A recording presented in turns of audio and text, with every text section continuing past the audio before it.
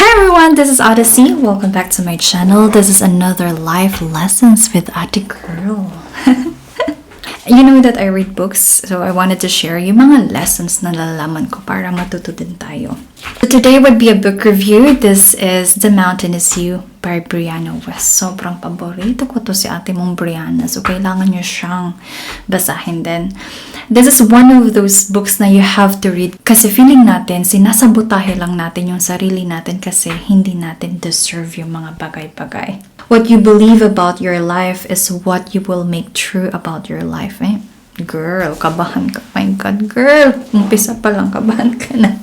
Maybe someone told you na ang pangit ng boses mo, sintonado ka. So, takot ka na humawak ng mic kasi yun na yung pinaniwalaan mo. This happened to me, no? Nung bata ako, syempre, nag-video ako kasi napapaganyan. And mga air supply, yung mga kantahan nun, girl. So, andun ako sa gilid. Kumakanta lang din kasi nga, they're having fun.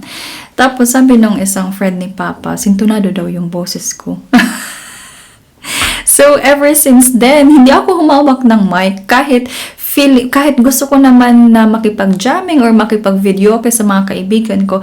But I had that belief in my head na sintonado nga ako. Ayaw ko mapahiya and then you hold yourself back na kahit gusto mo lang naman na mag-have fun. Halimbawa, when you're used to a toxic relationship, no? Kasi akala mo gano'n naman talaga yung lahat ng mga relationships. Just because hindi mo pa na-experience on what a healthy relationship is.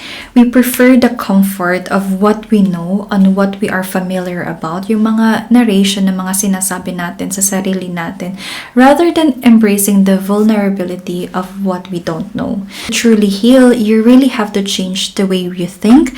We have to be conscious and confront our negative self-talks, our false beliefs, and really start shifting our mindset.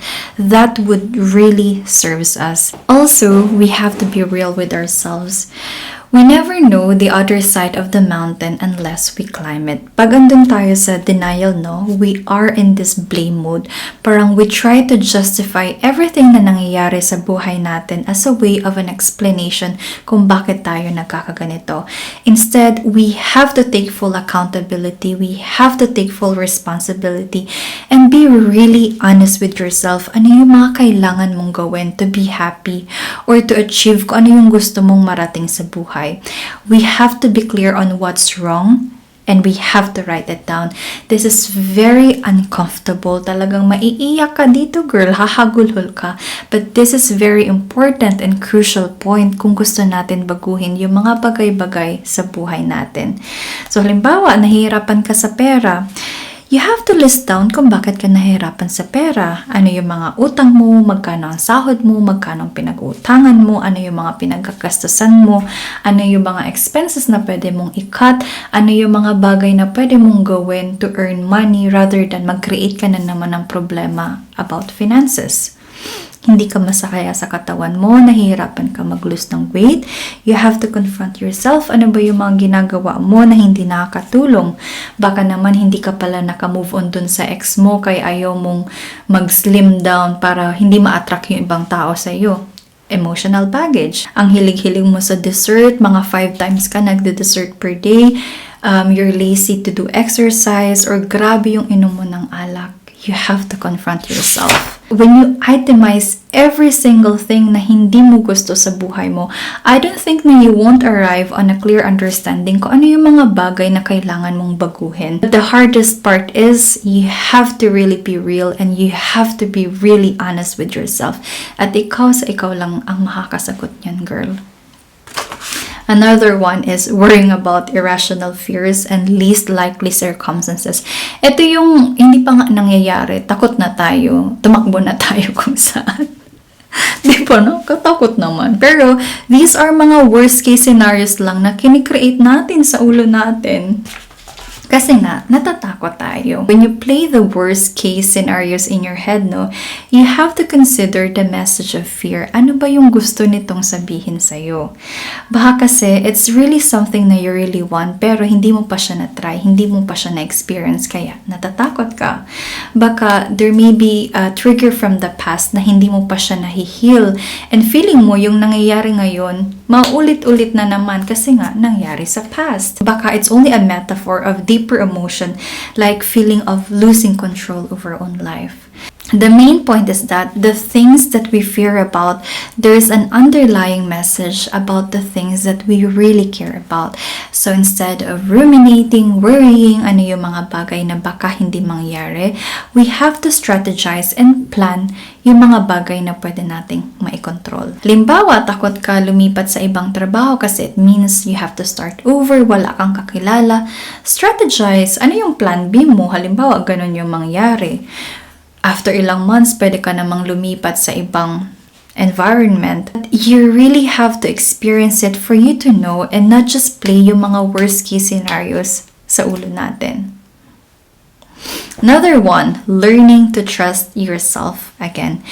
Ang gusto ko to, sabi dun, isa sa mga quotes na shinare niya, no? In the midst of winter, there was within me an invisible summer. Grabe. Inner peace, favorite subject, is a state of being connected to a deep internal knowing that everything is going to be okay. Kahit kung baga ano yung mangyari sa paligid mo, magulo man yan, mahirap, there's a place within you na alam mong magiging okay lang ang lahat, na alam mong malalagpasan mo lang lahat ng makaganapan sa buhay mo. Kaya kailangan kumalma lang tayo. Yung minsan, no, sabihin mo na, girl, grabe yung kaba ko, grabe yung takot ko, nanginginig talaga ako, pero girl, gusto ko talaga tong itry, gusto ko talaga to. That's an inner knowing. Or halimbawa, sabi mo, girl, hagulhul ako, girl, grabe yung ay-ayak ko. Alam mo sa sarili mo na ito yung ikabubuti mo at alam mo na malalagpasan mo to. That's an inner peace. And we have to trust ourselves again. We have to connect with ourselves again. We have to go within, not yung mga external validation from outside sources, from the outside environment. Most of the time, we are scared to confront our feelings kasi we were traumatized about some things that happened in our past. We have to be a good parent to ourselves, to that inner child within us, that inner child na takot, that inner child na traumatized, that inner child na magtatantrums kasi feeling niya everything is falling apart at sasabihin ka na mag-give up ka na lang kasi hindi mo to kaya. That inner child is just scared. So you have to be a good parent to her. Paano ba siya tutulungan? How would you work with her? How do you help her? How do you make her feel safe? Sabi niya in summary, no, when we get to the end of our life, we'd realize na all those mountains we had to climb are actually gifts. We won't even remember the hardship, but we would remember the person that we had become. Lahat ng pivot points, the growth opportunities, lahat ng challenges, struggles, etc., lahat ng hardships. May we look back and realize na every step was worth it. The pain was there pala to show us na something is wrong, na something has to be changed in our life. It's a call pala to change. And that same mountain that was standing in front of us, no, na feeling mo hindi mo kaya kasi sobrang grabe, sobrang laki ng challenge na to, one day it would be far behind you. But the person that you had become in order for you to climb that mountain would always stay with you. And that is the point of the mountain, because girl, the mountain is you. Iyak ka dun sa part na yun, girl. Grabe to sa ating Brianna. So again, that book is The Mountain is You by Brianna Wiest. So really, I hope may natutunan ka today. I hope this would, basahin mo yung book na to kasi sobrang paborito ko din siya. I appreciate your time today. Thank you so much for staying with me and for always supporting the channel. So love lots and happy thoughts. This has been Odyssey. I'll see you guys on the next. Cheers!